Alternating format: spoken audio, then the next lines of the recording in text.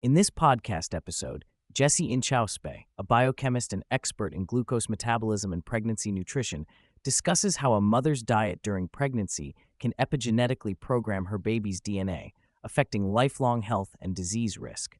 She highlights critical nutrients often lacking in prenatal diets, the dangers of excess sugar, the role of exercise, supplements, and debunks common myths around pregnancy nutrition and lifestyle. Jesse also touches on mental health, cravings, miscarriage, and offers practical advice for families preparing to conceive or support a pregnant partner. Jesse explains that pregnancy is not merely a passive process where a baby is baked in an oven. Rather, it is a dynamic phase where the mother's nutritional environment actively programs the baby's DNA through epigenetics. These epigenetic switches influence gene expression, affecting brain development, metabolism, and susceptibility to conditions like diabetes and psychiatric disorders later in life.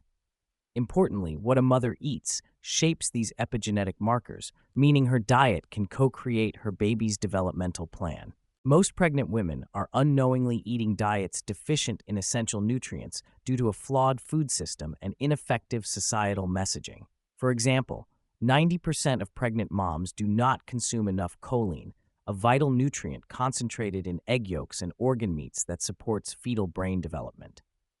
Despite its importance, choline receives little attention in prenatal advice, which Jesse identifies as a critical oversight. Choline plays a fundamental role in forming neurons and areas of the brain related to memory, attention, and learning. Supplementing choline, whether through 4 eggs a day or organ meats like liver, though liver consumption is often discouraged due to concerns about vitamin A, can significantly improve brain development outcomes for babies. Research shows that babies of mothers with higher choline intake during pregnancy scored better on early cognitive tests predictive of adult IQ.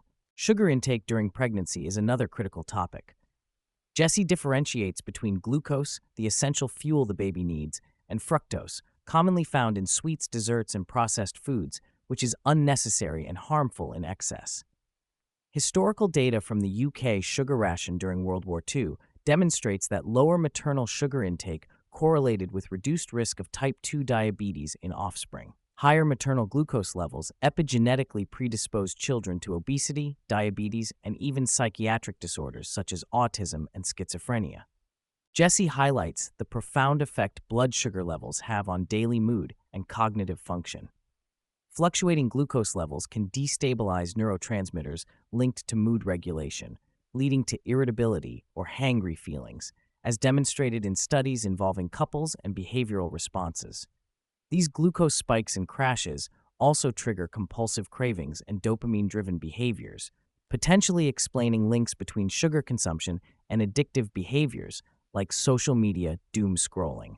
Practical glucose management strategies include consuming protein-rich breakfasts and starting meals with fiber-rich vegetables. Jesse shares simple movement hacks, such as doing calf raises and squats after eating, which activate muscle glucose uptake and dampen glucose spikes. Even standing at a desk can modestly burn glucose. These habits reduce inflammation and prevent harmful epigenetic programming related to gestational diabetes and other metabolic diseases.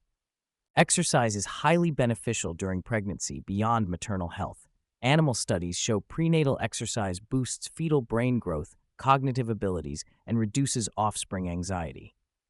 Exercise increases levels of brain-derived neurotrophic factor, BDNF, in both mother and fetus, enhancing neuroplasticity and brain development. Jesse encourages pregnant women to maintain physical activity within safe limits as a powerful developmental intervention. Breast milk is described as a living fluid containing bioactive molecules that continue epigenetic programming, whereas formula, while nutritionally complete, lacks these dynamic properties. The duration of breastfeeding can influence gene expression controlling hunger hormones like leptin, potentially affecting appetite regulation and obesity risk later in life. Jesse supplemented with omega-3 fatty acids, particularly DHA, crucial for neuronal connectivity and widely lacking in modern diets. Fatty fish, sardines, and algae are good sources, supplemented by capsules if needed. Iron supplementation in the third trimester is often necessary due to fetal demand. She also highlights the importance of methylated folate in preventing miscarriage and supports prenatal vitamins that include choline. Alcohol consumption during pregnancy is unsafe because maternal and fetal bloodstreams are directly connected. Even low doses can cause facial and brain developmental changes. Hence, complete abstinence is advised.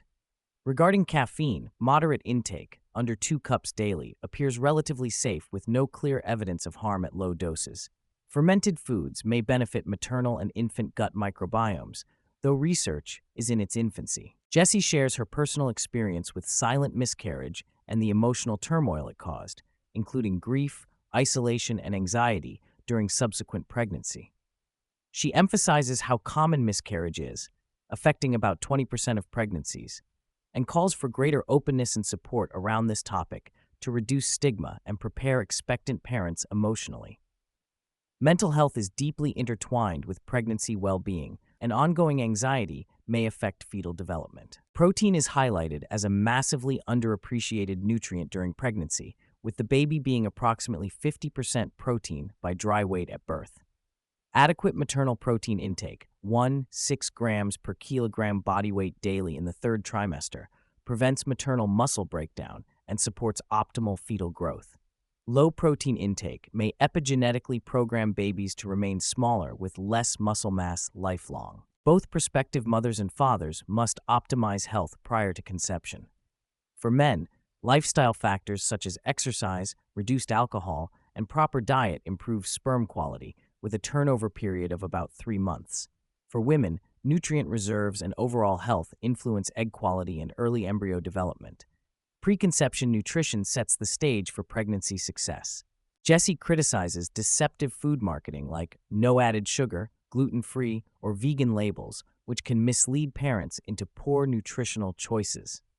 She advocates for legislative changes to restrict misleading claims and reduce processed sugary breakfast foods, making healthy choices more accessible and understandable to pregnant women who are overwhelmed by confusing and conflicting advice.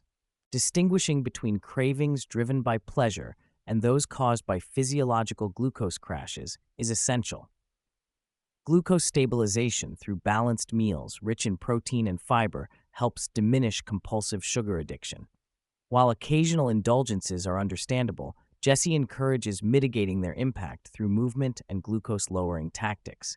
She also notes how sleep deprivation worsens hunger hormone imbalances, increasing cravings. Jessie recommends simple, affordable dietary practices like eating 4 eggs daily for choline, 3 servings of fatty fish weekly for omega-3s, and sufficient protein from various sources. Eating vegetables before starches slows glucose absorption. Bread and other starches are important sources of glucose, especially in later pregnancy, but sugary desserts and fructose-rich foods should be avoided. Jessie supports using continuous glucose monitors early in pregnancy to identify spikes that predict gestational diabetes well before the typical screening at 24 to 28 weeks. Early monitoring can help women adopt lifestyle changes to reduce harmful glucose fluctuations, ultimately protecting fetal development and reducing disease risks. While the podcast discusses stress briefly, Jessie acknowledges that chronic anxiety during pregnancy, especially following miscarriage, is common and potentially harmful to the fetus. Even with proactive stress management techniques, some expectant mothers remain anxious, underlining the need for better mental health support. Partners play an important role in supporting maternal health, including improving their own lifestyle to enhance fertility and creating a nurturing environment that enables mothers to maintain healthy behaviors during pregnancy. The overarching theme is empowering parents, especially mothers, with scientifically sound, accessible knowledge to reclaim agency over pregnancy and prenatal health amid a complex and often misleading food environment. Jessie's work aims to fill a vast information gap, demystify pregnancy nutrition, and help parents optimize developmental conditions for the next generation.